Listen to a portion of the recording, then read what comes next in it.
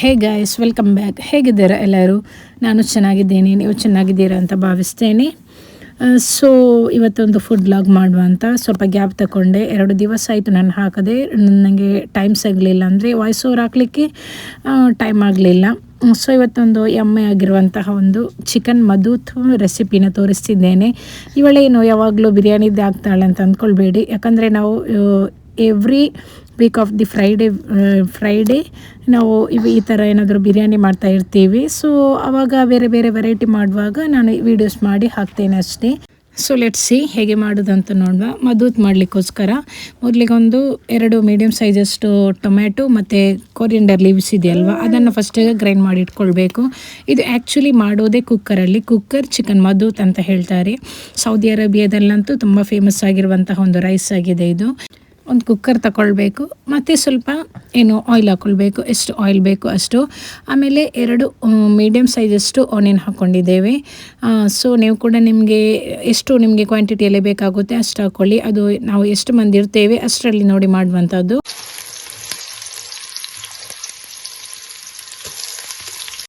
So ಇವಾಗ ಈ onion ಇದೆಯಲ್ವ, ಇದು ಚೆನ್ನಾಗಿ ಫ್ರೈ ಆಗಬೇಕು. ಎಷ್ಟುವರೆಗೂ ಅಂದರೆ ನಾವು ಡೆಕೋರಿಗೆಲ್ಲ ಫ್ರೈ ಮಾಡ್ತೀವಲ್ವ, ತುಂಬ ಬ್ರೌನಿಶ್ ಆಗಿ ಅಷ್ಟು ಫ್ರೈ ಆದರೆ ತುಂಬ ಚೆನ್ನಾಗಾಗುತ್ತೆ. ಸೊ ಅದಕ್ಕೆ ಲೋ ಫ್ಲೇಮಲ್ಲಿ ಆದಷ್ಟು ಇಡಿ, ಆವಾಗ ಬೇಗ ಫ್ರೈ ಆಗುತ್ತೆ. ಹಾಗೆ ರುಚಿಗೆ ತಕ್ಕಷ್ಟು ಉಪ್ಪು ಹಾಕ್ಕೊಂಡ್ರೆ ಆಗ ಕೂಡ ಬೇಗ ಫ್ರೈ ಆಗುತ್ತೆ ಅಂತ ಹೇಳ್ತಾರೆ.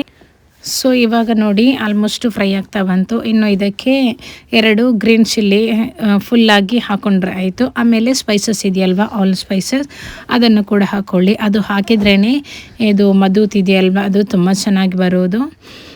ಇವಾಗ ನಾನು ಲಾಗ್ ಮಾಡದೆ 2 ದಿವಸ ಆಯ್ತಲ್ವ, ಇನ್ನು ನಾನು ಹಾಗೆ ಮಾಡಿದರೂ ಕೂಡ ಆಗೋದಿಲ್ಲ. ಯಾಕಂದರೆ ನಾನು ಆಲ್ರೆಡಿ ಲಾಸ್ಟ್ ಲಾಗಲ್ಲಿ ಹೇಳಿದ್ನಲ್ವ 2027 ಫೆಬ್ರವರಿ 1 ನಂದು ಟಾರ್ಗೆಟ್ ರೀಚ್ ಆಗಬೇಕು ಅಂತ.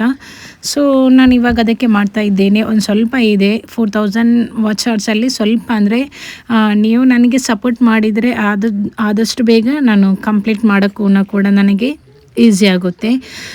ಅದಾದಮೇಲೆ ನೋಡಿ ಇವಾಗ ಇದಕ್ಕೆ ಪೌಡರ್ಗಳನ್ನೆಲ್ಲ ಹಾಕ್ಲಿಕ್ಕೆ ಉಂಟು. ಅದಕ್ಕೆ ನಾನು ಚಿಲ್ಲಿ ಪೌಡರ್, ಗರಂ ಮಸಾಲ ಮತ್ತು ಚಿಕನ್ ಮಸಾಲ, ಹಾಗೆ ಸ್ವಲ್ಪ ಇದೆಯಲ್ವ ಟರ್ಮರಿಕ್ ಪೌಡರ್, ಇವಿಷ್ಟನ್ನು ಹಾಕಿ ಚೆನ್ನಾಗಿ ಮಿಕ್ಸ್ ಮಾಡ್ಕೊಳ್ಬೇಕು. ಇನ್ನು ಸ್ಟವ್ನ ಸ್ವಲ್ಪ ಲೋ ಫ್ಲೇಮಲ್ಲಿ ಇಟ್ಟರೆ ಒಳ್ಳೆಯದು ಈ ಪೌಡರ್ಗಳನ್ನು ಹಾಕ್ಕೊಳ್ಳುವಾಗ, ಯಾಕಂದರೆ ಅದು ಸೀದೋಗ್ತದೆ ಮತ್ತು ಅದು ಸ್ಮೆಲ್ ಕೂಡ ಅಷ್ಟು ಚೆನ್ನಾಗಾಗೋದಿಲ್ಲ. ಸೊ ಇವಾಗ ಈ ಪೌಡರ್ಗಳನ್ನೆಲ್ಲ ಹಾಕಿದ ನಂತರ ಒಂದು ಕ್ಯಾಪ್ಸಿಕಮ್ ಕೂಡ ಹಾಕ್ಕೊಳ್ಳಿಕ್ಕೆ ಉಂಟು. ಕ್ಯಾಪ್ಸಿಕಮ್, ಆನಿಯನ್ ಮತ್ತು ಗ್ರೀನ್ ಚಿಲ್ಲಿ ಇದಿಷ್ಟೇ, ಇದಕ್ಕೆ ಜಾಸ್ತಿ ಏನೂ ಬೇಕಾಗಿಲ್ಲ. ಸೊ ಇವಾಗ ಕ್ಯಾಪ್ಸಿಕಮ್ ಕೂಡ ಹಾಕಿ ಚೆನ್ನಾಗಿ ಫ್ರೈ ಮಾಡ್ಕೊಳ್ಬೇಕು. ಆ್ಯಕ್ಚುಲಿ ಏನು ಗೊತ್ತಾ, ಇದು ತುಂಬ ಈಸಿ ರೆಸಿಪಿ. ಏನಂದರೆ ಇದು ತುಂಬ ಬೇಗನೂ ಆಗುತ್ತೆ ಕುಕ್ಕರಲ್ಲಾದರೆ. ಮತ್ತು ಬ್ಯಾಚುಲರ್ಸ್ ಎಲ್ಲ ಇರ್ತಾರಲ್ಲ ಅವರಿಗಾದರೆ ತುಂಬ ಈಸಿ ಆಗುತ್ತೆ. ನನ್ನ ಹಸ್ಬೆಂಡ್ ಹೇಳ್ತಿದ್ರು ಮಧೂತ್ ರೈಸು ತುಂಬ ಟೇಸ್ಟ್ ಆಗುತ್ತೆ ಅಂತ. ಅದಕ್ಕೆ ನಾವು ಕೂಡ ಒಂದು ಸಲ ಟ್ರೈ ಮಾಡಿ ನೋಡಿದ್ವಿ. ಇವಾಗ ಅದು ಪೌಡರೆಲ್ಲ ಹಾಕಿದ ನಂತರ ಒಂದು ಚಿಕನ್ ಸ್ಟಾಕ್ ಹಾಕೊಳ್ಳಿ. ಇವಾಗ ಒಂದು ಥಿಂಗ್ಸ್ ಅಂತ ಇರ್ಬೋದು, ಮತ್ತು ಅದರಲ್ಲಿ ಬೇರೆ ಬೇರೆ ಪಾರ್ಟ್ಸ್ ಅಂತೆಲ್ಲ ಇರುತ್ತೆ. ಅದೇ ಟೈಪಲ್ಲಿ ಇವಾಗ ನಾವು ಒಂದು ಬಿರಿಯಾನಿ ಮಾಡಿದರೆ ಬೇರೆ ಬೇರೆ ಟೈಪಲ್ಲಿ ಬಿರಿಯಾನಿ ಮಾಡ್ತೀವಿ. ಟೇಸ್ಟ್ ಬೇರೆಯೇ ಇರುತ್ತೆ. ನೋಡಲಿಕ್ಕೆ ಒಂದೇ ಥರ ಇದ್ದರು ಅದೇ ನಾವು ಡಿಫ್ರೆಂಟಾಗಿ ಯೋಚನೆ ಮಾಡಿದರೂ ಅದು ತುಂಬ ಟೇಸ್ಟಿಯಾಗಿ ಬರುತ್ತೆ. ಸೊ ಇವಾಗ ಚಿಕನ್ ಸ್ಟಾಕ್ ಹಾಕಿ ಆಯ್ತಲ್ವ, ಇನ್ನು ನಾವು ಅದಕ್ಕೆ ಫಸ್ಟಿಗೆ ಗ್ರೈಂಡ್ ಮಾಡಿಟ್ಕೊಂಡಿದ್ದ ಟೊಮೆಟೊ ಮತ್ತು ಕೊರಿಯಂಡರ್ ಲೀವ್ಸದು ಪೇಸ್ಟ್ ಇದೆಯಲ್ವ ಅದನ್ನು ಕೂಡ ಆ್ಯಡ್ ಮಾಡ್ಕೊಳ್ಬೇಕು.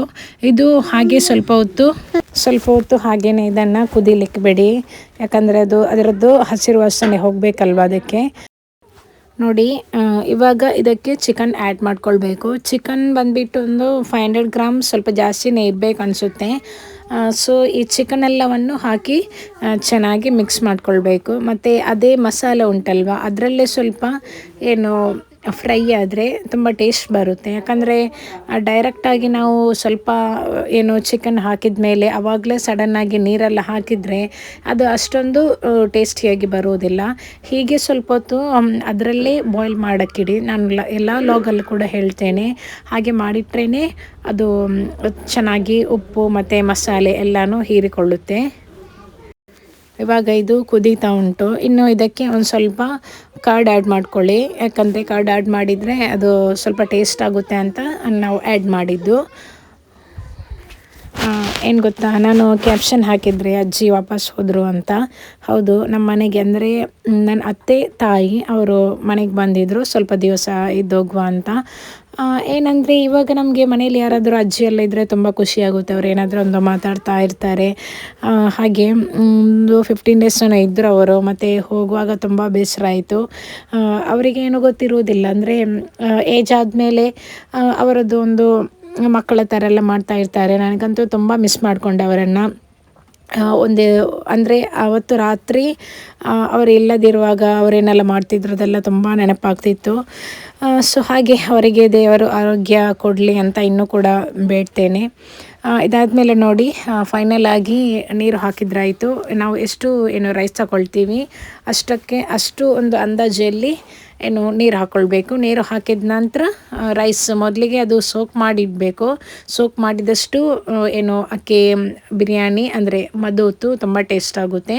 ಸೊ ಇವಾಗ ಅಕ್ಕಿ, ನೀರು ಮತ್ತು ಉಪ್ಪು ಎಷ್ಟು ಬೇಕೋ ಅಷ್ಟು ರುಚಿಗೆ ತಕ್ಕಷ್ಟು ಹಾಕ್ಕೊಂಡು ಚೆನ್ನಾಗಿ ಮಿಕ್ಸ್ ಮಾಡಿ ಒಂದು ವಿಷಲ್ ಮಾಡಿದರೆ ನಮ್ಮದು ಕುಕ್ಕರ್ ಚಿಕನ್ ಮಧುತ್ತು ರೆಡಿ ಆಗಿದೆ ನೋಡಿ. ವಾವ್, ನೋಡುವಾಗಲೇ ತುಂಬ ಆಸೆ ಆಗ್ತಿದೆ. ಇವಾಗ ನಾನು ಇದು ಮಧುತ್ ಮಾಡಿ 2 ದಿವಸ ಆಗಿದೆ, ಬಟ್ ಇವಾಗ ನಾನು ವಾಯ್ಸ್ ಓವರ್ ಹಾಕುವಾಗ ನನಗೆ ತುಂಬ ಆಸೆ ಆಗ್ತಿತ್ತು. ಹಾಗೆ ಸುಮ್ಮನೆ ಜೋಕ್ ಮಾಡಿದೆ ಅಷ್ಟೇ. ಸೊ ನೋಡಿ, ತುಂಬ ಚೆನ್ನಾಗಿ ಕರೆಕ್ಟಾಗಿ ಬಂದಿದೆ. ಸೊ ನೀವು ಕೂಡ ಟ್ರೈ ಮಾಡಿ, ತುಂಬ ಟೇಸ್ಟ್ ಆಗುತ್ತೆ, ಬೇಗನೂ ಆಗುತ್ತೆ. ಅರ್ಜೆಂಟಾಗಿ ಏನಾದರೂ ಮಾಡಬೇಕು ಅಂತ ಅನಿಸಿದಾಗ ಇದನ್ನು ಮಾಡಿ. ಈ ಮಧುತ್ ಅಂತ ಹೆಸರಿಗೆ ತಕ್ಕಷ್ಟೇ ಇದು ಟೇಸ್ಟ್ ಕೂಡ ಆಗಿದೆ. ಸೊ ಈ ವಿಡಿಯೋ ನಿಮಗೆ ಇಷ್ಟ ಆದರೆ ಆದಷ್ಟು ಶೇರ್ ಮಾಡಿ.